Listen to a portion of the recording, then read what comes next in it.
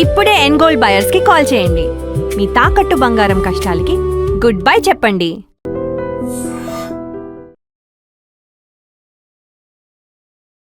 నమస్కారం, welcome to I dream. ధర్మ మార్గం విత్ విజిత కార్యక్రమానికి స్వాగతం.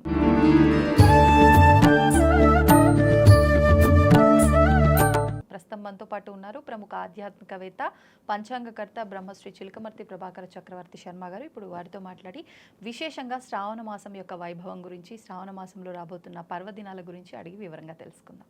నమస్కారం అండి. నమస్కారం అమ్మా. మరి ఇక శ్రావణ మంగళవారాలు మంగళగౌరి వ్రతం ఆచరిస్తూ ఉంటారు.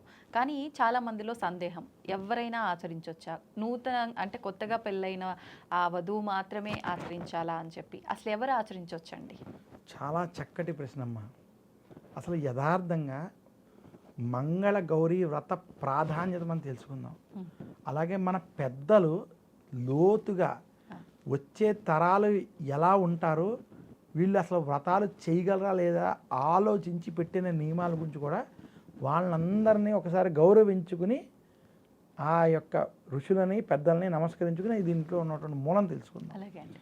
అసలు ప్రతి మానవుడు చాలామంది మాకు కుజదోషం ఉంది, రాహుకేతు దోషం ఉంది, మా పిల్లలకి సమయానికి వివాహం అవ్వట్లేదు, లేదా వివాహం దగ్గరకు వచ్చి ఆగిపోతుంది, మా పిల్లలు వివాహం వద్దంటున్నారు, లేదా పోనీ వివాహం చేసిన తర్వాత భార్యాభర్తల మధ్య గొడవలు, మొదటి సంవత్సరం 5 సంవత్సరాల్లో విడిపోయే పరిస్థితులు, లేదా పోనీ వివాహం అయిన తర్వాత సంతానం లేకపోవడం, లేదా పోనీ సంతానం ఉంటే సంతానం వల్ల సమస్యలు. ఈ సమస్యలన్నిటికీ మన పెద్దలు సమాధానం ఇచ్చారు. ఎలా? మీరు కుజ దోషాలు, కుజ శాంతులు, కుజ హోమాలు ఇవన్నీ మీరు చేయలేరయ్యా, పోనీ చేద్దామని డబ్బు ఖర్చు పెట్టలేరు. మనకి సంవత్సరంలో వచ్చే కొన్ని ముఖ్యమైన వ్రతాలు, కొన్ని ముఖ్యమైన దానాలు అవి చేసుకోండి, మీ జీవితాలు ఉద్ధరిస్తాయని చెప్పారు. మనకి ముత్తైదువులు వచ్చినా, ఇంటికి బ్రాహ్మడు వచ్చినా తాంబూలం పెట్టడం, శనగలు ఇవ్వడం చేస్తారు. దీనివల్ల గురుబలం, గురువు యొక్క అనుగ్రహం కలుగుతుంది. తాంబూలం వల్ల గురుబలం పెరిగితే, ఒక్క గురుబలం ఉంటే మిగతా గ్రహాల ఏ దోషాలున్నా ఆ గురుడు మనని రక్షిస్తాడు అని శాస్త్రం. శాస్త్రాన్ని పక్కన పెడితే అందులో ఉన్నటువంటి సైన్స్ ఆలోచన మనం ఎలా చేయాలంటే, గురుబలం ఉన్నవాడు శాంతంగా ఉంటాడు. శాంతంగా ఉంటే అవతల మీ మీద ఎవరు తిట్టినా, ఎవరు ప్రతికూలంగా ఇచ్చినా దాన్ని ఎంతవరకు పట్టించుకోవడం, శాంతంగా నాదే తప్పు అయిపోయింది, నన్ను క్షమించి ఇంకెప్పుడు ఇలా అవ్వదని చెప్పి తప్పుకోవడం వంటివి చేస్తాడు. అది గురుబలం వల్ల వస్తుందండి. నేను ఒక ఉదాహరణ చెప్తున్నాను. అలాగే ఈ తాంబూలాలు ఇవ్వడంలో ఇది ఉంది.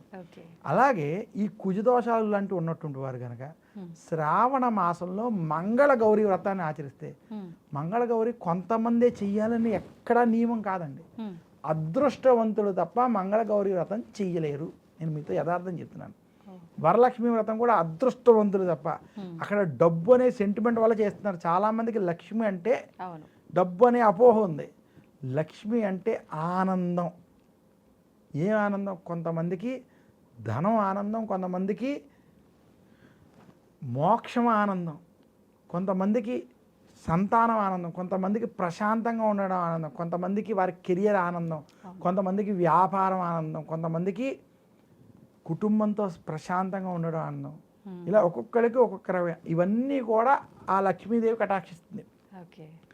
అష్టలక్ష్ములు, ధనలక్ష్మి, ధాన్యలక్ష్మి, ధైర్యలక్ష్మి, ఇన్ని లక్ష్మిలు ఉన్నప్పటికీ ఒక్క వరలక్ష్మిని పూజిస్తే వరలక్ష్మి వ్రత ఫలితం ఎలా వస్తుందో, అలాగా ఈ మంగళ గౌరీ వ్రతాన్ని ఆచరిస్తే ఈ దోష నివృత్తి జరుగుతుంది. అందుకనే ఇది ప్రతి సంవత్సరం చెయ్యాలి, మన వాళ్ళు చేయగలరో లేదా అనేటువంటి దృక్పథంతో, ముఖ్యంగా పెళ్ళైన 5 సంవత్సరాలే కలిసి ఉండడం కష్టం.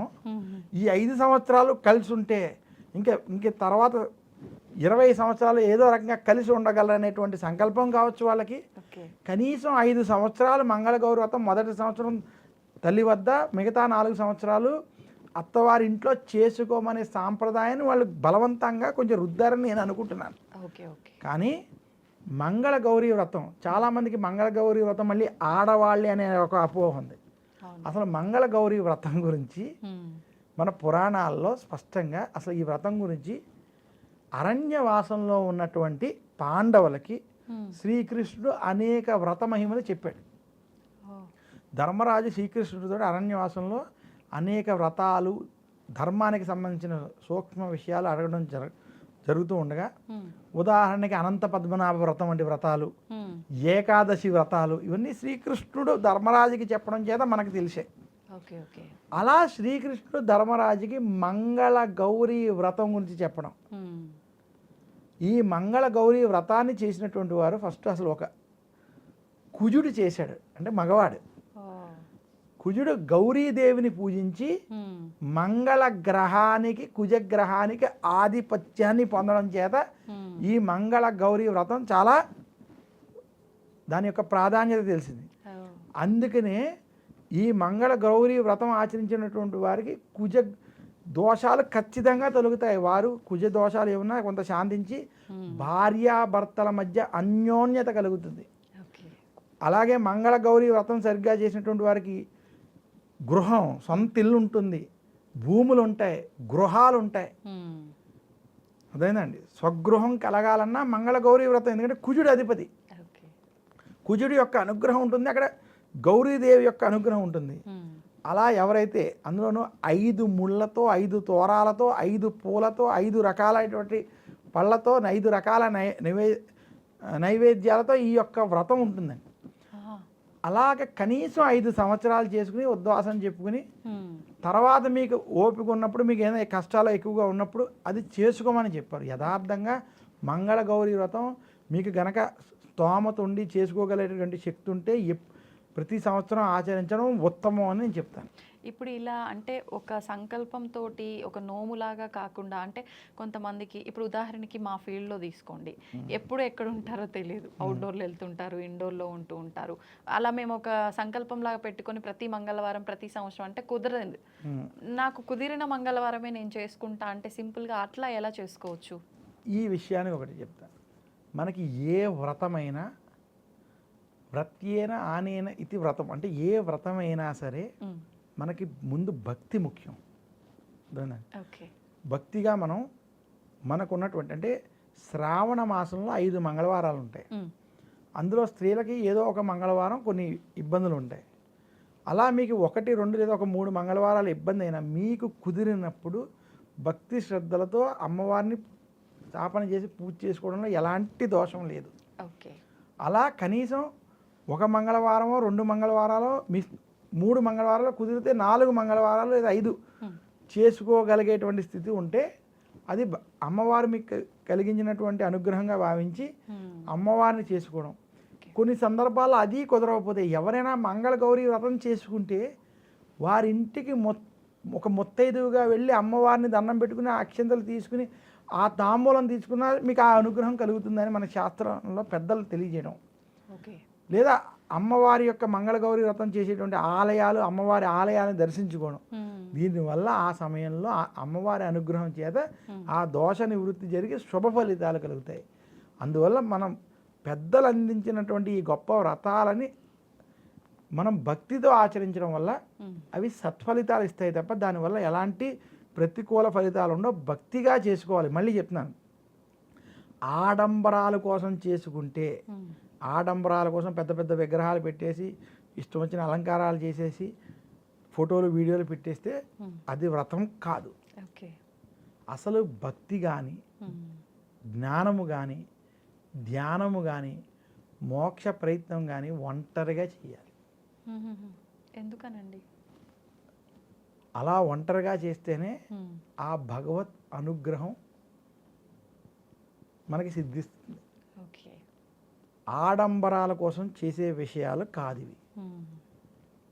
ఒంటరిగా చేసుకోవడం, ప్రశాంతంగా చేసుకోవడం ఇందులో ఉన్నటువంటి నిగూఢమైన విషయం.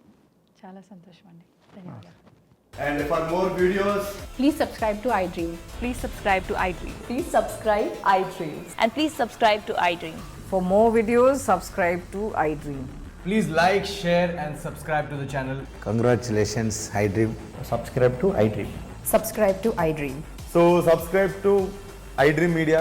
iDream ki iDream team andarki huge congratulations. Please subscribe iDream Media. Please subscribe to iDream. Subscribe iDream. Please subscribe to iDream. I dream అంటే నా కళల ఛానల్ను సబ్స్క్రైబ్ చేసుకున్న నోరు తిరుగుతలేదు. మీరైతే గంట గుర్తు కొట్టండి. For more such videos, please subscribe to iDream. Subscribe to iDream. Please subscribe to iDream. Please subscribe iDream Media. Please do subscribe to iDream. Please subscribe to iDream Media. For best entertainment and information, please subscribe iDream. And don't forget to subscribe to iDream.